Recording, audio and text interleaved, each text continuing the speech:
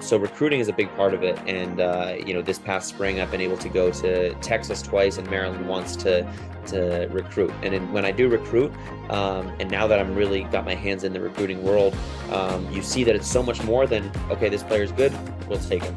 It's endless looking at, endless film of the player. The players communicate with our captains to ask any questions that they might not necessarily want to ask the coaches. So the difference from D3 to D1 is the attitude of the players, where D1, myself included, it's a lot more selfish, and in D3 it's a lot selfless. And it's because... Hello, everyone, and welcome to the Select Generation podcast, episode 9, I think I want to say. So today we're joined by Owen Miller from Emerson College. So I played against Owen at University of New Hampshire when he was at Emerson College. Oh no, at UMass Lowell, Division 1 school near Boston. So Owen, I'll let you just give a quick intro about yourself, but thanks for joining. Yeah, absolutely. Thank you for having me. So, like you said, I played against him at UMass Lowell for, I think, his last year. I graduated in December 2021. I had quite an interesting career while I was there, in terms of I ended up with 4 surgeries while I was there. I was the captain of a team, played on a really good team, and then a team that didn't do so well at the end. So it was quite a roller coaster. And as my career went on, I kind of shifted out of the idea of thinking I was able to play professional. And when I was a junior, I tore my ACL, COVID hit, and I really had a lot of time to myself and decided the second I'm done playing, whether that's at 22 or 35, I want to go into coaching. So the second I graduated, I went straight into it. I actually lived in Spain for 6 months. I was coaching out there. It was an incredible opportunity. I learned so much, seeing a different style of the game, obviously working with Americans there as well as Spanish players. So it was fantastic. Then I was at Boston College for a bit. I was part-time there, working with the goalkeepers, as well as doing some other stuff there. And then I was also working with this youth club called Abbey Villa. And now this past spring, I joined Emerson College, where I'm the first assistant there. And this upcoming fall, I'll also be working with the IFA MLS Next team out in Boston as well. So a lot has happened in the past year and a half. It's been an incredible journey so far. And I absolutely love my career. So continuing to learn, continuing to teach others, and I'm loving it. That's awesome, man. That's cool. So when you were playing, what kind of made you think, okay, I want to be a coach? Like, was it from your coaches thinking, okay, these guys are really knowledgeable, I want to be like them? Or were you kind of fed up from playing and you wanted to still be involved in the game? Like, why did you decide, okay, I want to pursue this career in coaching? Like, what was the turning point for you? Yeah, absolutely. I think it goes without saying, and something I've learned now is it's important to find something outside of just being a player. I think when your identity is so wrapped up in just being a player, it actually is it's pretty unhealthy, because there are things that are completely out of your control. And eventually your career is going to have to come to an end. So the reason I got into coaching is because I've actually been big into psychology. I was a psychology in my undergrad. And I wanted to kind of get into actually being a therapist, and then because I wanted to help others, but then I realized just how much I love the game. I can never fully leave the game. So the way I kind of see it is, after going through so many injuries, it hit me that, like, I just want to help others, and I want to do it through the game. So I think about some of the most important mentors I've had in my life, and it's been people who've coached me. So the way I kind of see it now is, how can I be that mentor to other kids? And the reality is, within, whether that's at college or at the youth level, I think there's a need for that right now in the game. I think as you rise up in the levels, sometimes you lose your love for the game, because all that you're really caring about is status and making it pro or going D1 or any of this kind of stuff. So I want to be the mentor that allows them to improve as much as they can as a player, while still allowing them to love the game. And it's a very difficult thing to do, because sometimes you lose yourself in the process of, okay, well, if I get this job, then maybe I can get this job. And if I go D3, then maybe I can go D1. But at the end of the day, you really have to have a clear purpose. And the reason it switched was just because of the injuries I went through.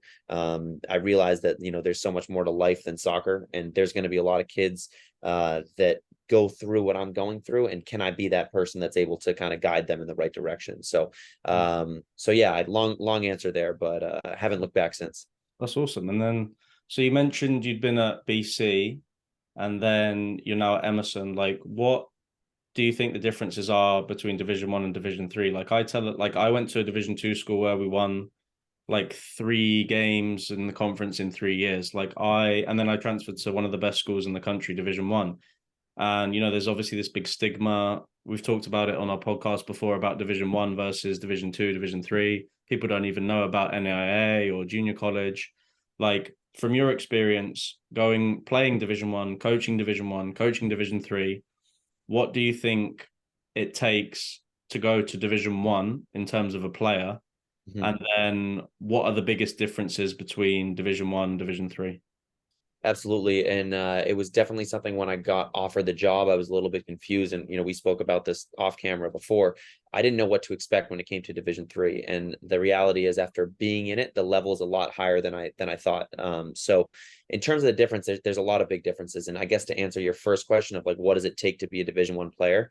I think that right now, and this as well, it's very difficult to be an American Division 1 player.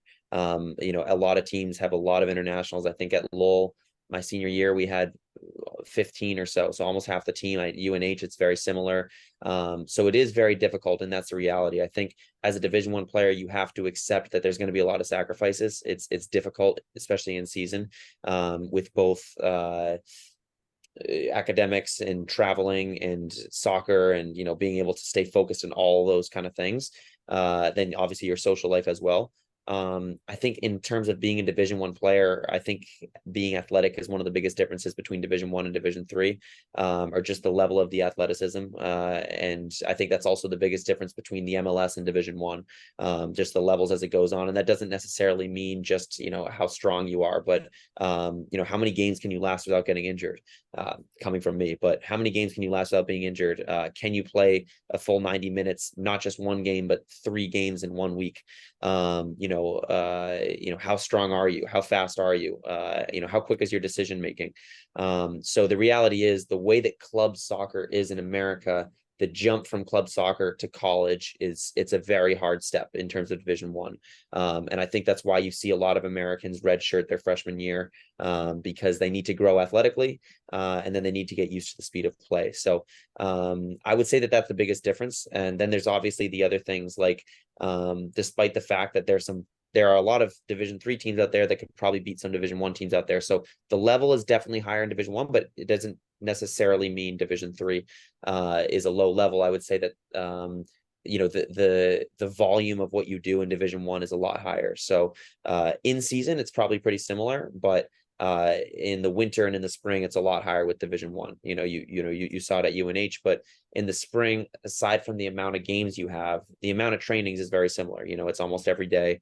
And so yeah, and then I think one thing, I don't want to judge too much because I've only been in 2 D1 environments and 1 D3 environment for a short amount of time. But one of the things I've noticed is a healthy difference from D3 to D1 is the attitude of the players, where D1, myself included, it's a lot more selfish, and in D3, it's a lot selfless. And it's because very rarely are D3 players trying to play professional, whereas D1, almost every single player is trying to play professional. So as D3, it's okay, how can I do so well here so that my team succeeds? And in D1, it's how do I do so well here so that I can go pro? And that's something that I see as a big problem in Division 1, myself included. I'm not too proud to admit that. I think that's one of the cool things about coaching is you lose your ego in that sense. But in D3, that's one of the things I love. And now it's almost like within D1, if you're coaching D1, it's like, how can I get my players to be present here?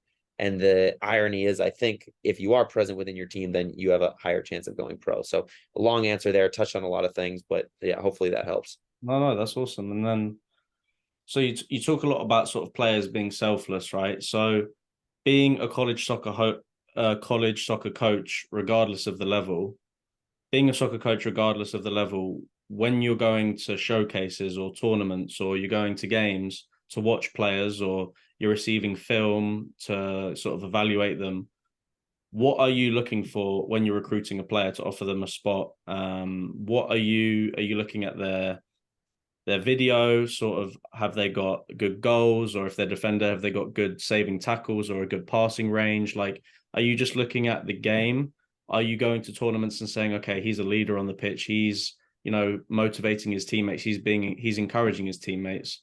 What for you is the perfect player to recruit on the field, off the field, academics? Like, talk to us a little bit about recruiting.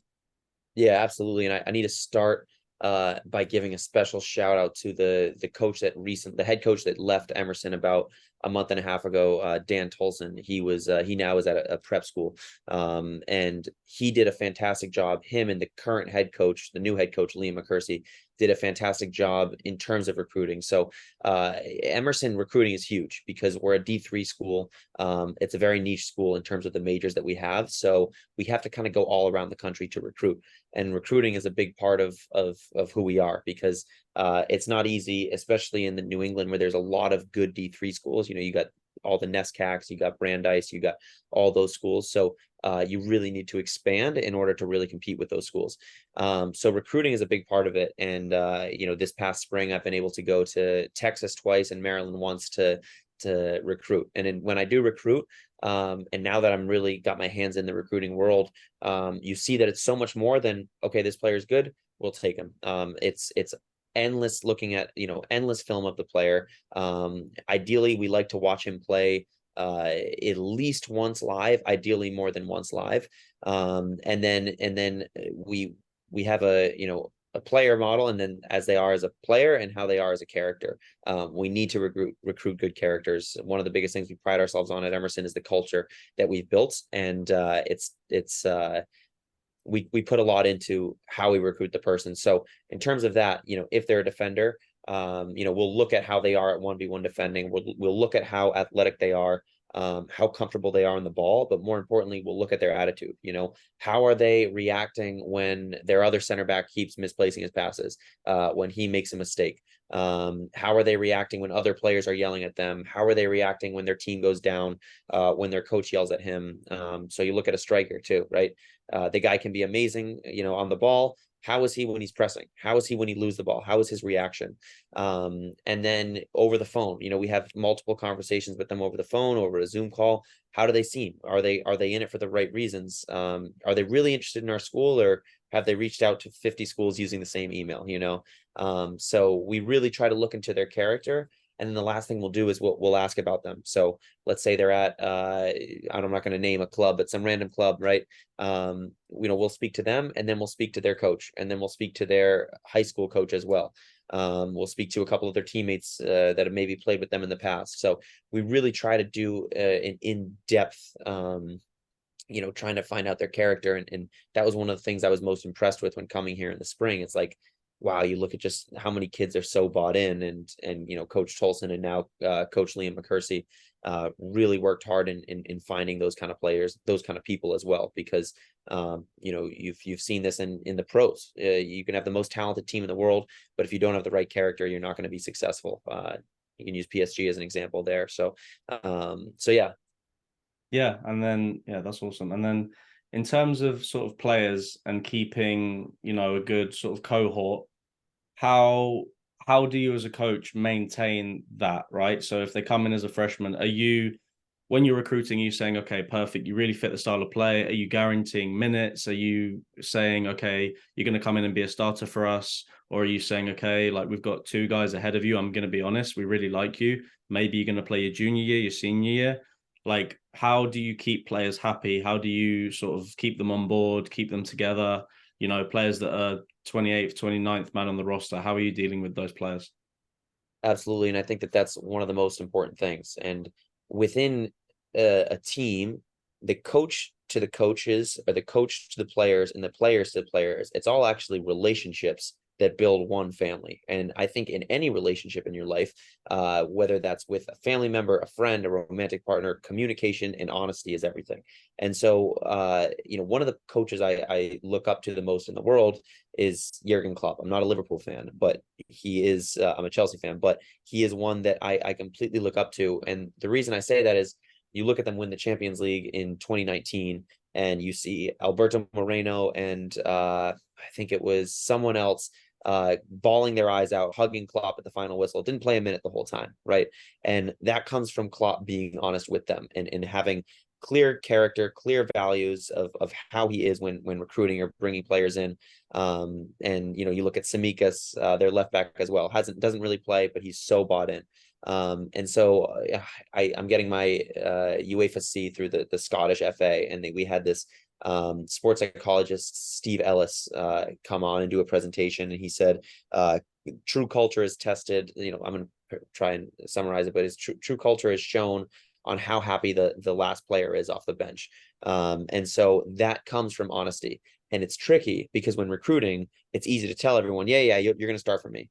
Yeah, you'll start for me. But the reality is they're not going to. So, and if you tell someone, hey, you might not play until junior and senior year, then you might not get them. But it's better to actually be honest with them about that, because that's when you start to lose the culture, is when you bring in someone who thinks they're going to be starting freshman year and they don't even travel, or they don't even dress. So I also think it's important to be open-minded when you bring someone in. No one is guaranteed to start, but no one is also, there's no chance that they start. Hey, you might not play freshman and sophomore year, but you can absolutely prove us wrong.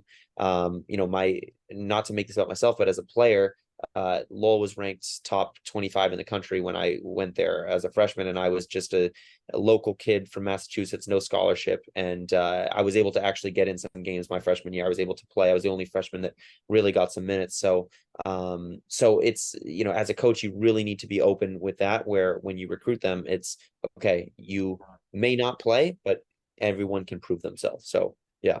Yeah. No, I think that's really important. It's kind of like for us when we're working with players, we want to make sure they're good people, and we want to sort of pass them on to colleges that are honest with them. So no, I totally get that. And then being a Division 3 school, obviously there's no athletic scholarship. So what is the pain point for you when you're going and recruiting? If you've got a real player you like, how do you sort of bargain with them or negotiate with them, or how do you convince a player to come and join your program? Is it because you can't offer a lot of athletic scholarships? So is it right? Come and join Emerson. We're a winning program. Is it like creating that relationship personal with the player? Like, talk to us a little bit about how you sort of convince players to come and play for you. Absolutely. Yeah. I think that is the tricky part about D3 is, in D1, you can fly to Norway and Spain and say, hey, you guys can go to school for free. And they're like, they don't even have to think twice about it. Right. So with D3, you can't do that. And even in the slightest. So you really have to, I think that has to, not to downplay D1 recruiting, but it almost you have to put in that extra work of, okay, I'm watching this MLS Next team play. Those 6 guys right there are going to get offered full ride D1s, right? So how can I get the other 4 guys? So I think that once you figure that out, the way we do it, and it depends on school to school. Some schools offer more financial aid than other schools. Some schools have more academic scholarship than other schools. So when selling our school specifically, I think the in-person tour is what gets them, and now you're giving me a platform to kind of promote the school, but it's in the heart of Boston, and the school itself has a huge, like I said, the majors are very niche. So sports communication, we're able to kind of show, okay, here's what alumni have been able to do in the past as pundits, or an entrepreneurial program that we have here. Here's what they were able to do. And then I think building up the conference, we play in the 3rd best conference in the country in the new MAC. So being able to kind of talk about that. And then, like I said, yeah, showing them the location. It's right in the heart of Boston. It's beautiful. I remember when I first went, as a coach, I was just like, these kids have no idea how good they have it, in the theater district and everything. So I think we have a lot of kids from California. And once they see that, to me, I grew up outside of Boston. So being in Boston is cool, but being from California or Texas or Florida or Atlanta or wherever we get all these kids, New York, they're staying right in the heart of it, and they fall in love. So and I think also it's easier to recruit the more successful you become. The step that we've taken from 2021 to 2022 was huge, and obviously we're trying to continue in that direction. But I think it goes without saying it's easier to recruit when you have a better team, and when you have such a strong culture. We also use, we'll have our the players communicate with our captains to ask any questions that they might not necessarily want to ask the coaches. So yeah, a lot goes into it, and it is difficult. And there are some times where at the end of the day they'll tell us, hey, I just got a scholarship from this D1 school, and you lose them. So you also have to not get too attached to the outcome of recruiting a player. But yeah, like I said, it's fun in a way. It's almost a game, being able to travel the country and really try to sell them on this school that I believe is a fantastic school and a fantastic program. So it also helps when you do really believe in the process of recruiting them. So yeah. Oh, that's awesome, Owen. I think sort of from my experience, I didn't go to school in Boston, but I would visit it a lot, and it's a beautiful city, and your location is perfect too. So I think going Division 3, like I try and tell a lot of players, like, get away from this stigma, like you have to go Division 1, Division 2. There's a lot of quality at Division 3, and academically too, it's arguably, there's a lot of schools that are a bit more prestigious than Division 2. So no, Owen, thank you so much for your time. It was great to talk to you. And we'll speak to you soon, all right? Absolutely, man. Appreciate you having me on. Cheers.